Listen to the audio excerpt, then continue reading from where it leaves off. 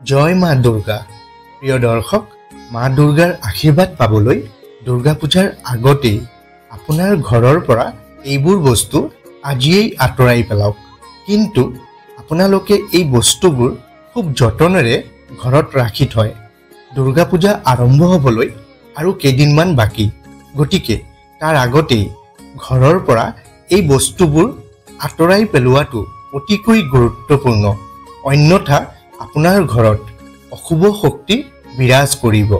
হিন্দু পঞ্জিকা অনুসৰি আহিন মাহৰ শুক্ল পক্ষৰ প্ৰতিপদ তিথিৰ পৰা আৰম্ভ হয় দেৱী পক্ষ বা শাৰদীয় নৱৰাত্ৰি।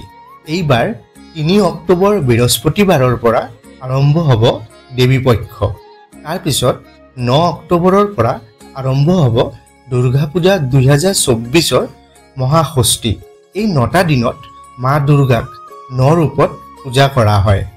মা দুৰ্গাক প্ৰসন্ন কৰিবলৈ হ'লে ভক্তি সহকাৰে পূজা কৰাৰ উপৰিও কিছুমান নিয়ম পালন কৰাটো অতিকৈ জৰুৰী। যদি এই নিয়মবোৰ আপুনি সঠিকভাৱে পালন নকৰে, তেনেহ'লে আপোনাৰ ঘৰত ঋণাত্মক শক্তি বিৰাজ কৰাৰ লগতে আপোনাৰ জীৱনলৈ বহুতো বিপদ কঢ়িয়াই অনাৰ উপৰিও আপোনাৰ পৰিয়ালত দৰিদ্ৰতাই বাস লয়। গতিকে মা দুৰ্গাৰ আশীৰ্বাদ পাবলৈ আজিয়েই আপোনাৰ ঘৰৰ পৰা এই বস্তুবোৰ আঁতৰাই পেলাওক। তেনেহ'লে আহকচোন দুৰ্গা পূজাৰ আগতে আপোনাৰ ঘৰৰ পৰা কি বস্তু আঁতৰাব লাগে জানি লওঁ। ১ নম্বৰ, যিকোনো ভগৱানৰ ভঙা মূৰ্তি ঘৰত ৰখাটো অতিকৈ অশুভ। গতিকে যদি আপোনাৰ ঘৰত ভগৱানৰ কোনো মূৰ্তি ভঙা আছে, তেন্তে আজিয়েই এই মূৰ্তি ঘৰৰ পৰা আঁতৰাই পেলাওক। আপুনি এই ভঙা মূৰ্তিবোৰ দুৰ্গা পূজাৰ আগতেই পানীত উটাই দিয়ক। ইয়াত মন কৰিবলগীয়া কথা হ'ল, ভগৱানৰ মূৰ্তি য'তে ত'তে পেলাই নিদিব। ২ নম্বৰ, আপোনাৰ ঘৰত যদি পুৰণি জোতা চেণ্ডেল আছে, যিবোৰ আপুনি ব্যৱহাৰ নকৰে, এইবোৰ আজিয়েই ঘৰৰ পৰা বাহিৰ কৰক।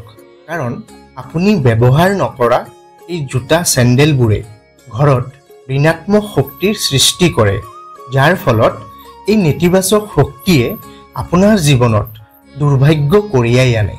৩ নম্বৰ, আপোনাৰ ঘৰত এনে ঘড়ী আছেনে যি বহুদিন ধৰি বন্ধ হৈ পৰি আছে? যদি আছে, তেনেহ'লে আজিয়েই এই ঘড়ী আপুনি ঘৰৰ পৰা বাহিৰ কৰক।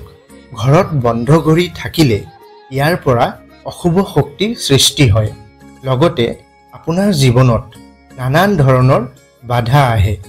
গতিকে দুৰ্গা পূজা আৰম্ভ হোৱাৰ আগতে ঘৰৰ পৰা এই সকলো বন্ধ ঘড়ী আঁতৰাই পেলাওক। ৪ নম্বৰ, ঘৰৰ পৰা সকলো ধৰণৰ ভঙা বাচন বৰ্তন আৰু পুৰণি ফটা কাপোৰ দুৰ্গা পূজাৰ আগতেই বাহিৰ কৰক। এনে বস্তুবোৰ ঘৰত ৰাখিলে নেতিবাচক শক্তিৰ বৃদ্ধি হয়, যাৰ ফলত ঘৰত দৰিদ্ৰতা, বেমাৰ আৰু দুখ কষ্টই বাস লয়। ৫ নম্বৰ, যদি আপুনি আপোনাৰ থাপনাৰ ঘৰত বা ঘৰৰ মন্দিৰত মেচৰ ভঙা কাঠি, ভঙা ধূপৰ টুকুৰা, জ্বলোৱা ধূপৰ ছাই ইত্যাদি পেলাই থয়, তেনেহ'লে ই একেবাৰে অশুভ। ঘৰৰ মন্দিৰটো সদায় পৰিষ্কাৰ পৰিচ্ছন্নকৈ ৰাখিব লাগে। গতিকে দুৰ্গা পূজাৰ আগতেই এই মন্দিৰ পৰিষ্কাৰ কৰি পেলাওক। ৬ নম্বৰ, নৱৰাত্ৰিৰ সময়ত মদ মাংসৰ লগতে যিকোনো ধৰণৰ আমিষ খাদ্যৰ পৰা বিৰত থাকক। এই সময়ত যিমান পাৰে নিৰামিষ আহাৰ গ্ৰহণ কৰিবলৈ চেষ্টা কৰক। এনে কৰিলে মা দুৰ্গা অতিকৈ প্ৰসন্ন হয় আৰু দেৱীৰ বিশেষ কৃপা পোৱা যায়। প্ৰিয় দৰ্শক, আজিৰ ভিডিঅ'ত ইমানেই।